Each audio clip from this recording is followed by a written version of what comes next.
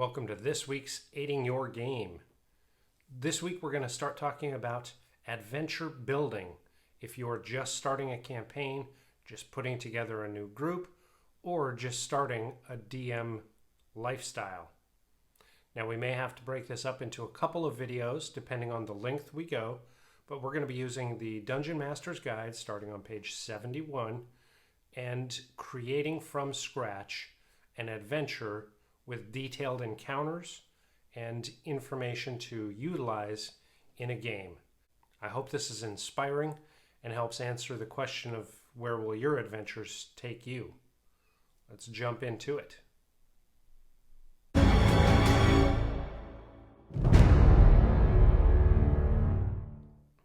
Now, before we get into adventure building, I want to make sure that you go down and hit that subscribe button to help us grow.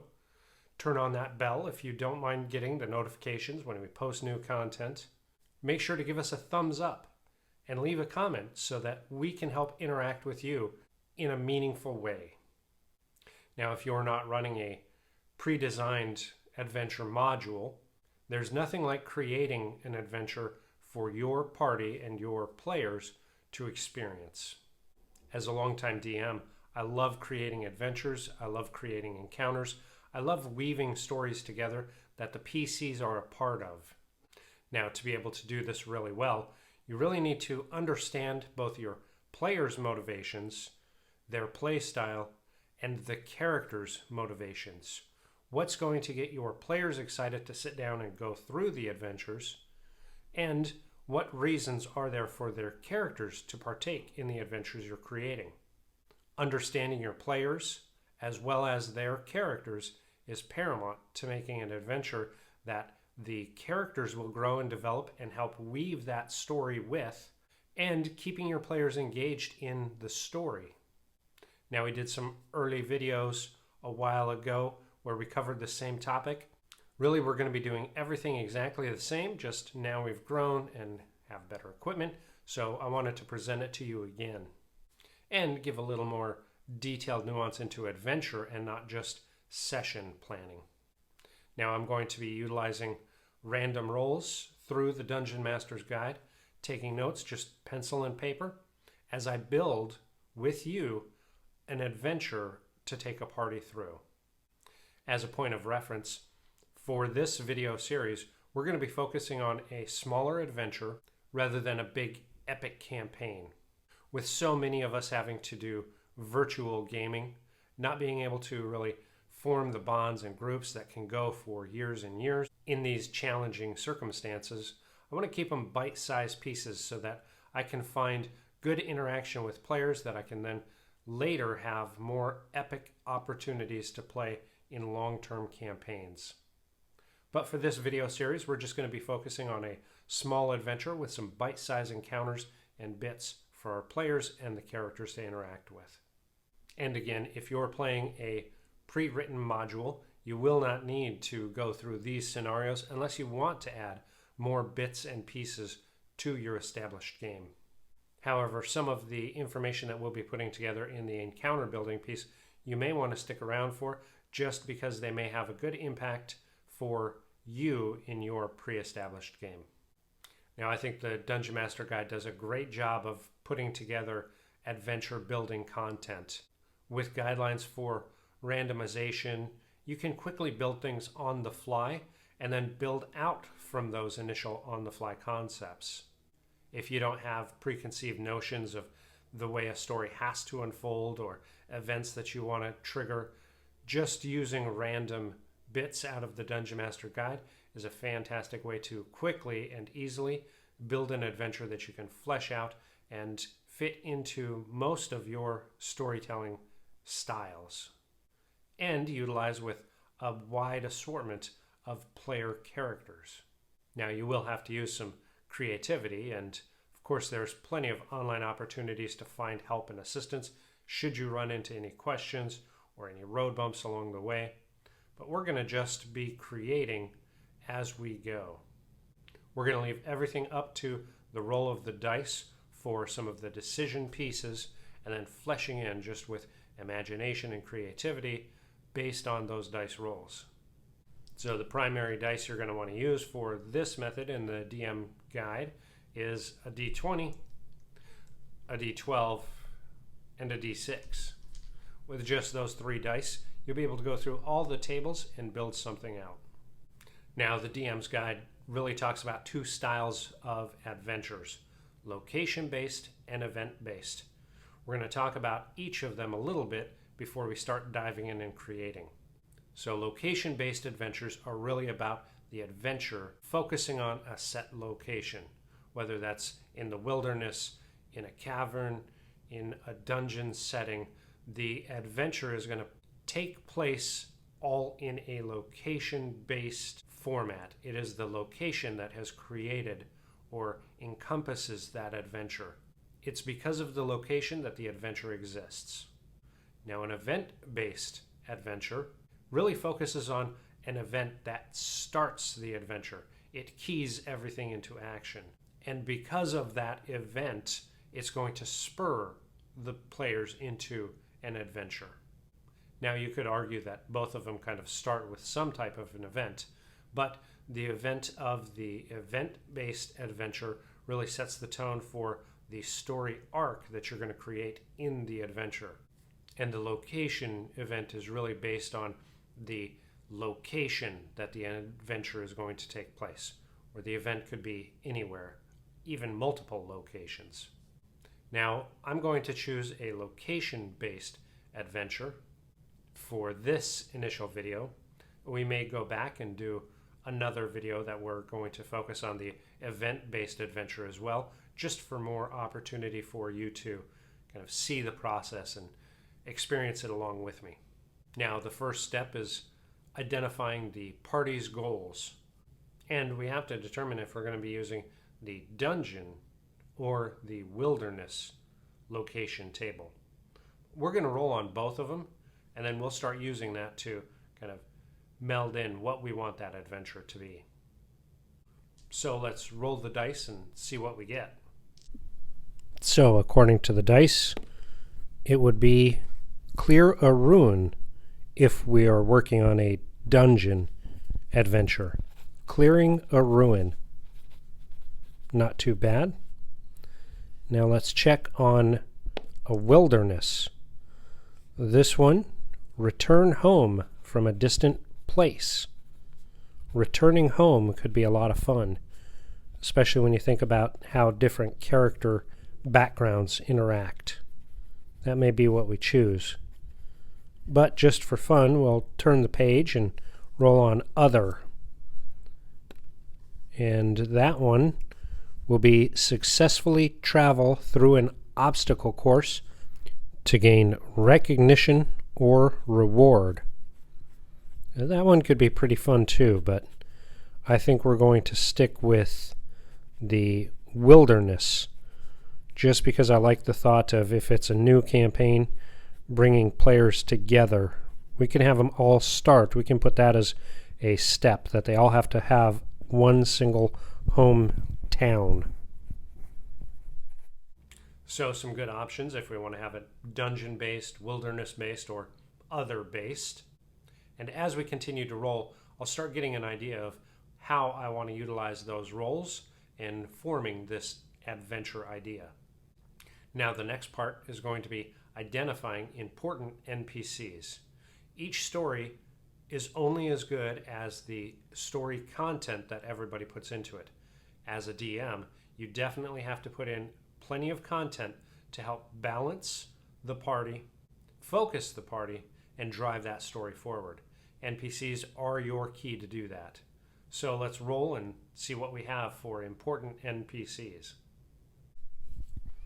So our first one is going to be on the villain, and that one is going to be a misguided humanoid zealot. That makes me think cult, or maybe someone who is being fiendishly controlled even though they are not aware of it. So that could be a good villain kind of backstory. We can build off of that really well. Now, how about allies?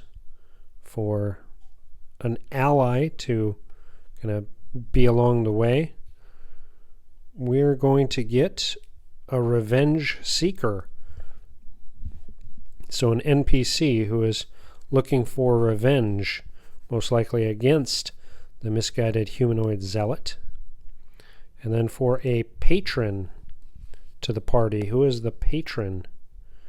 We're going to have a respected elder. So a revenge seeker and a respected elder as the patron.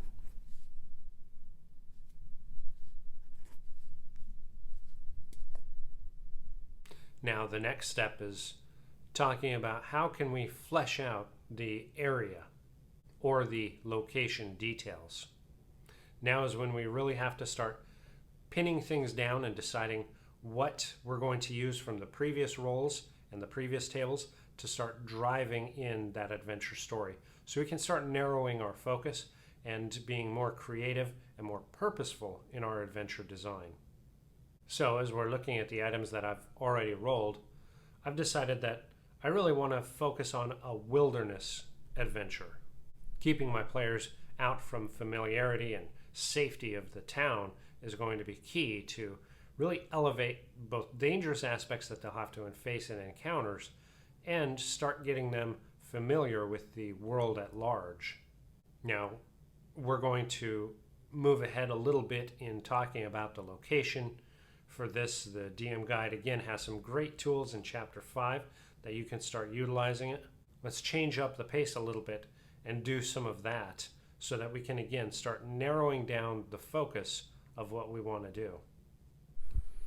So I'm just going to start a quick little doodle here. We're going to place the hometown of the adventurers. We know that's where they need to get to if we do the wilderness. Put in some mountain ranges. This is just a quick rough map so I can start getting an idea of how I can start incorporating things. And we'll put in some plateaus or steps here. And as I'm doing this, I'm starting to think about the misguided humanoid zealot and a revenge seeker. So we'll have a river going through that'll be kind of a guiding post. And then some swampy area here. Revenge and misguided zealots make me think of swampiness and just kind of decay. And something that we need still in this location is a bump in the road. So we'll put some ruins in here. And this is where the misguided humanoid zealot is going to have as his kind of base of operations. So just something really quick. That's our villain's location, and we know the PCs are trying to get to the hometown. I think it's a good start. It's a very rough draft, and that's all we need at this point. Just a starting point.